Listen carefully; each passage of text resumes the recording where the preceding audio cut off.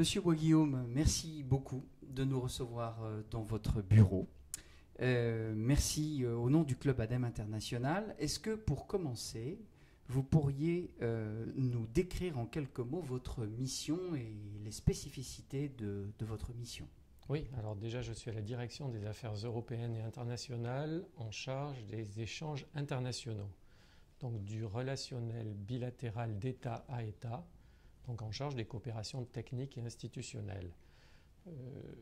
Nos actions sont en gros en deux blocs. Un bloc influence française via les normes, via nos modes de fonctionnement, donc de la politique de développement et d'aide aux pays en voie de développement ou émergents. Et le deuxième bloc du soutien à l'export pour aider nos entreprises françaises et donc les accompagner dans les contacts que l'on a avec les administrations homologues, les faire connaître et faciliter leur présence sur les marchés étrangers.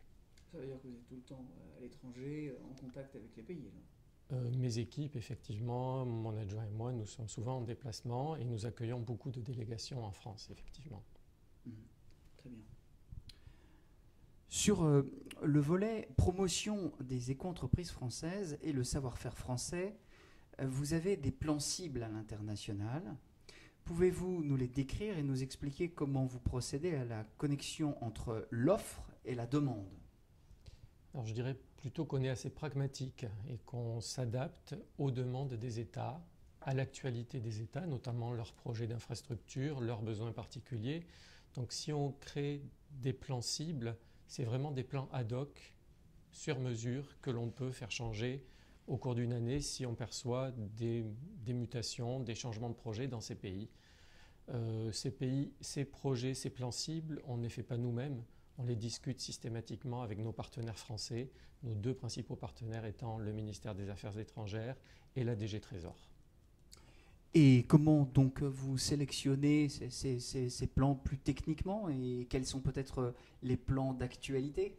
Alors, on a bien sûr des zones prioritaires sur lesquelles on a des relations régulières depuis un certain nombre d'années. C'est notamment l'Inde, la Chine, les pays de l'ASEAN, le bassin méditerranéen, l'Europe de l'Est, quelques pays comme les États-Unis, le Canada, le Brésil. Et avec ces pays, on entretient des relations sur nos divers champs de compétences de nos deux ministères, que ce soit la ville durable, l'eau, les déchets, l'environnement, les transports, les infrastructures. Monsieur Bois-Guillaume, il y a des représentants du MEM, c'est le nom du ministère, dans certaines ambassades à l'étranger. Quelles sont leurs missions? Comment les entreprises françaises, notamment les PME, peuvent les approcher? Alors ces agents dans les ambassades, il y en a une grosse vingtaine, sont positionnés en accord avec la DG Trésor. Ils sont généralement hébergés dans nos ambassades aux services économiques régionaux. Et leur mission principale, c'est de nous aider dans l'ensemble de nos tâches de promotion à la fois de l'institutionnel et des entreprises. Donc ils nous aident sur la totalité de nos outils, les accueils de délégations, les missions d'experts français dans ces pays, le montage de séminaires du savoir-faire français qui associe le ministère, voire les ministères, la DG Trésor s'y implique aussi, les établissements publics, les entreprises publiques et privées. Ce sont des équipes qui sont régulières, j'entends par là, qui sont stables dans le pays. Oui. Comment sont-elles formées et sur quels outils ils travaillent? Alors, ce sont des agents du ministère qui candidatent sur ces postes que l'on publie régulièrement. Et leur durée de fonction est entre 3 et 4 ans en principe, mais ce sont des postes que l'on renouvelle dans la plupart des cas et on est plutôt en train d'étendre notre réseau quand on juge que des projets importants sont ouverts. On vient par exemple d'ouvrir cette année 2 postes, l'un à Buenos Aires sur l'ensemble des pays du cône sud latino-américain et l'autre poste à Nairobi pour tous les pays d'Afrique orientale. Alors, quand ils sont en poste, la détection des projets locaux, le contact avec le marché s'effectue de quelle manière, si vous pouvez nous donner quelques précisions?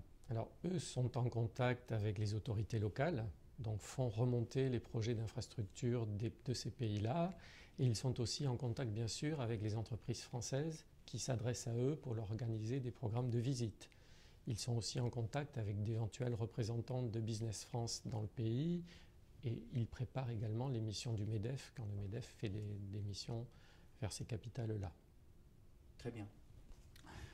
Dans certains pays ou villes que vous recevez comme délégation, se présentent avec des demandes qui sont très abouties. Enfin, en tous les cas, on constate qu'elles sont de plus en plus abouties et professionnelles, on va dire. Comment pouvez-vous synthétiser le niveau des demandes de cette délégation? Qu'attendent-elles en particulier en venant voir la France?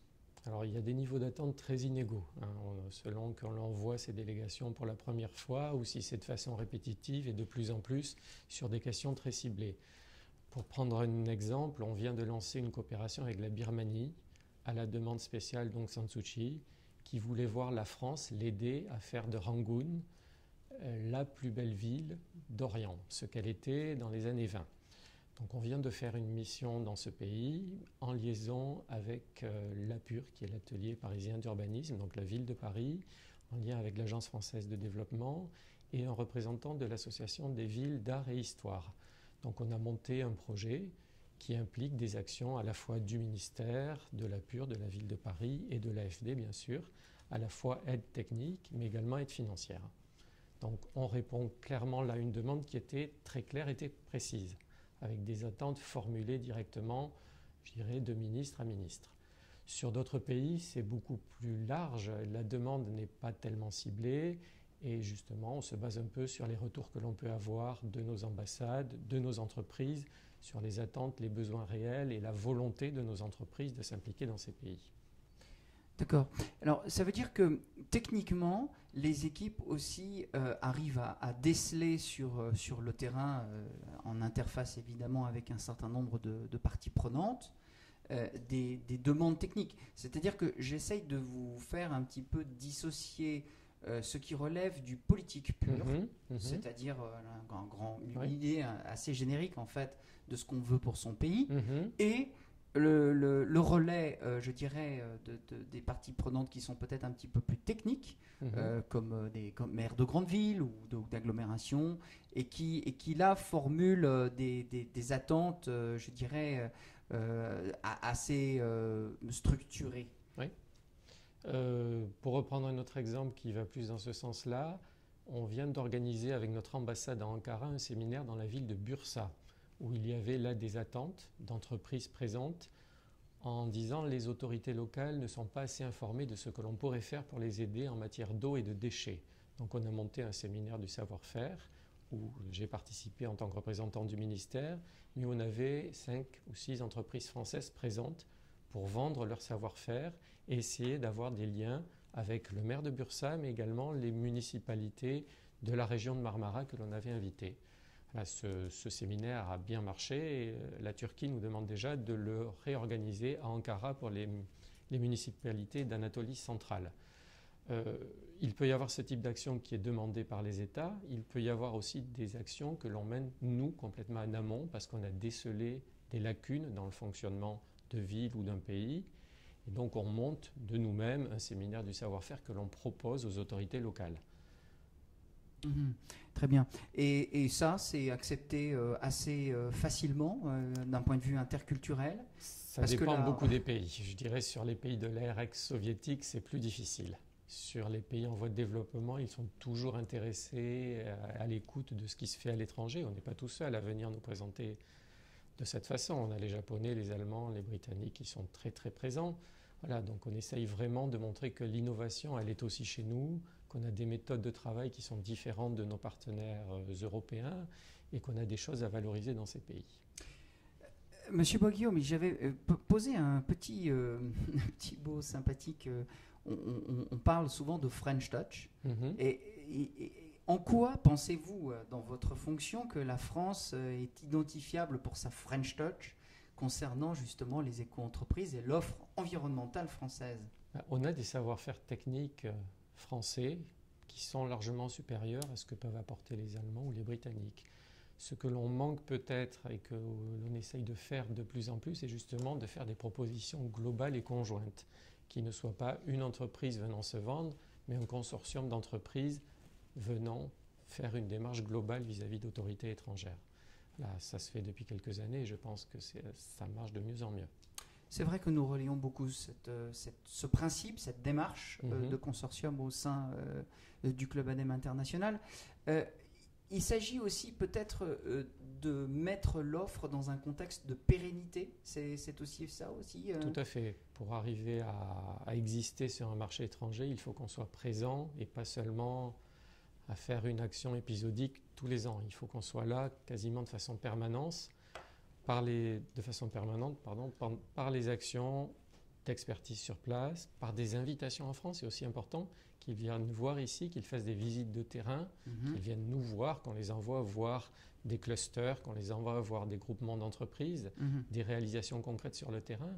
Un exemple sur la ville durable, le chantier de Clichy-Batignolles marche beaucoup en ce moment, il plaît beaucoup aux autorités. On a amené plusieurs ministres étrangers le visiter et généralement c'est déclencheur chez eux d'une certaine French touch justement sur la façon dont on gère un écoquartier, un éco-projet. Donc vous invitez les délégations étrangères à se rendre en France Tout à fait. Pour voir. C'est pas simplement un concept de vitrine, c'est un concept de comprendre d'une façon opérationnelle. Comprendre un concept plus global de gestion d'un écoquartier par exemple. Juste un exemple, on a fait venir à la fin de l'année dernière le ministre indien du développement durable qui, avant de venir en France, ne jurait que par l'Espagne et par le modèle de Barcelone. Depuis qu'il est revenu de ses visites à Paris et à Bordeaux, il ne parle plus que du modèle français.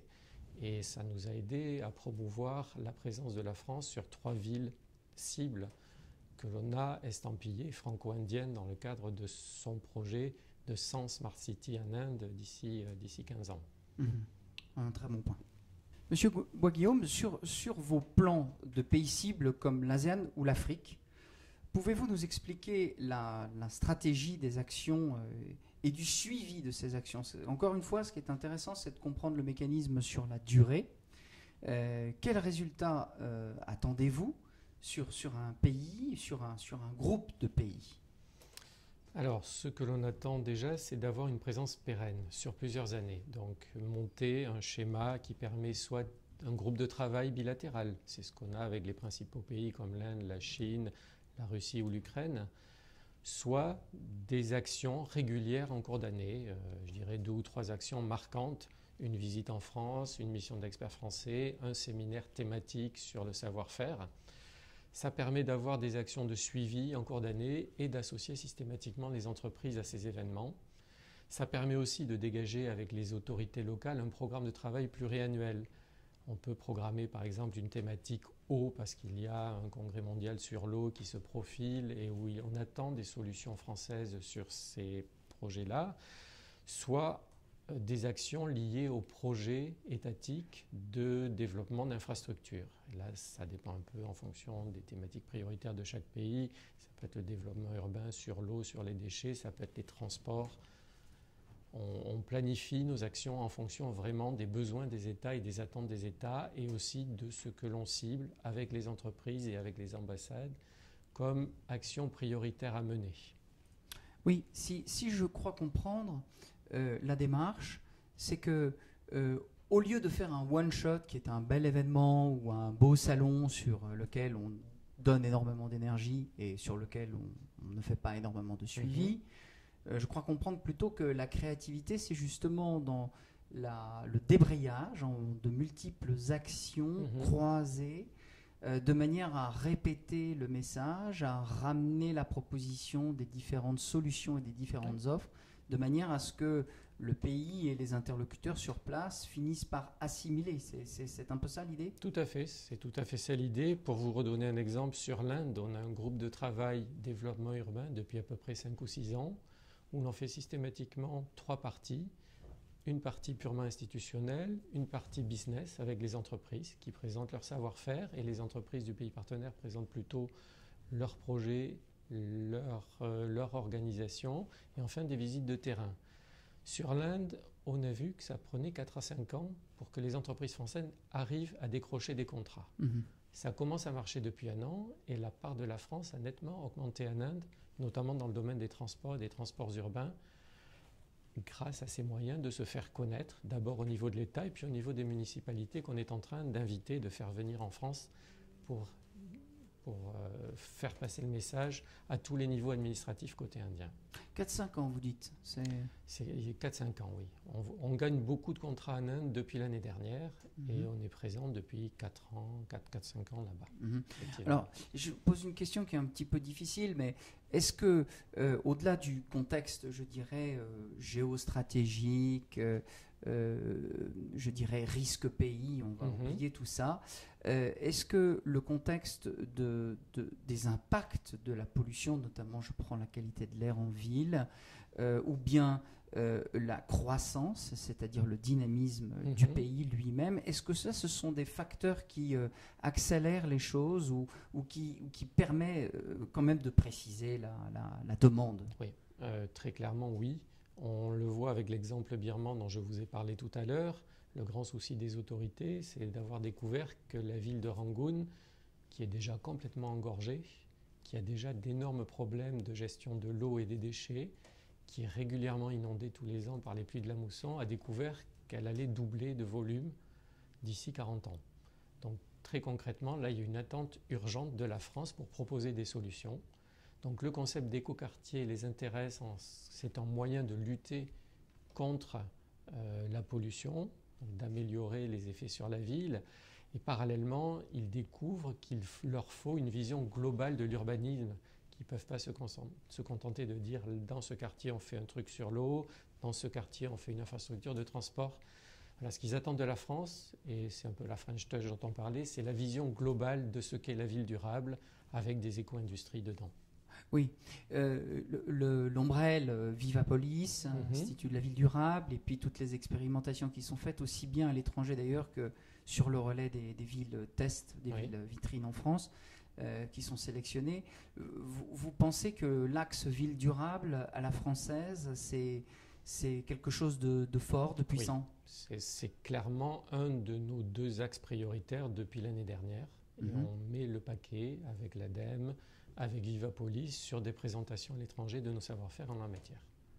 Concrètement, depuis 2 ans, et l'étoffage de Vivapolis, son lien plus étroit avec Business France, avec le MEDEF international à travers sa task force ville durable, très clairement, oui, c'est un de nos axes forts d'action aujourd'hui. Oui, tout à fait. On a interviewé Gérard Wolf à ce sujet, et c'est vrai que l'équipe de France est en pointe sur ce sujet de la ville durable. Écoutez, notre dernière question, c'est bien sûr par rapport au Maroc, et évidemment, là, la fin de l'année, on sort de la COP21 à Paris avec les accords qu'on connaît. Le Maroc va donc organiser la COP22. Comment l'offre des éco-entreprises françaises peut se positionner lors de ce rendez-vous, et notamment avec la toile de fond de la demande africaine, bien entendu, et puis la Chambre d'écho internationale que provoque évidemment ce type de négociation. Quel appui le ministère peut faire aux PME françaises? Alors, très clairement, le ministère est positionné en leader sur cette action de liaison entre la COP21 et la COP22. Notre ministre est présidente de la COP21 jusqu'au lancement de la conférence de Marrakech en novembre. Donc, il y a un souci clair d'arriver à pérenniser les acquis de l'accord du Bourget de décembre dernier. Et très clairement, les entreprises, les municipalités en sont une partie essentielle. Donc il y a une volonté de mieux faire connaître à tous ce que la France peut proposer en ce domaine. Et on espère qu'à Marrakech, il pourra y avoir des vitrines du savoir-faire français en matière d'éco-industrie, en matière de développement durable. Eh bien, en tous les cas, comptez sur nous tous. On sera bien sûr le mieux possible présent. Et au nom du Club ADEME, nous vous remercions pour ces explications. Et puis à très bientôt, en tous les cas, merci à vous. Pour le quotidien de nos actions. Merci 1000 fois. Merci.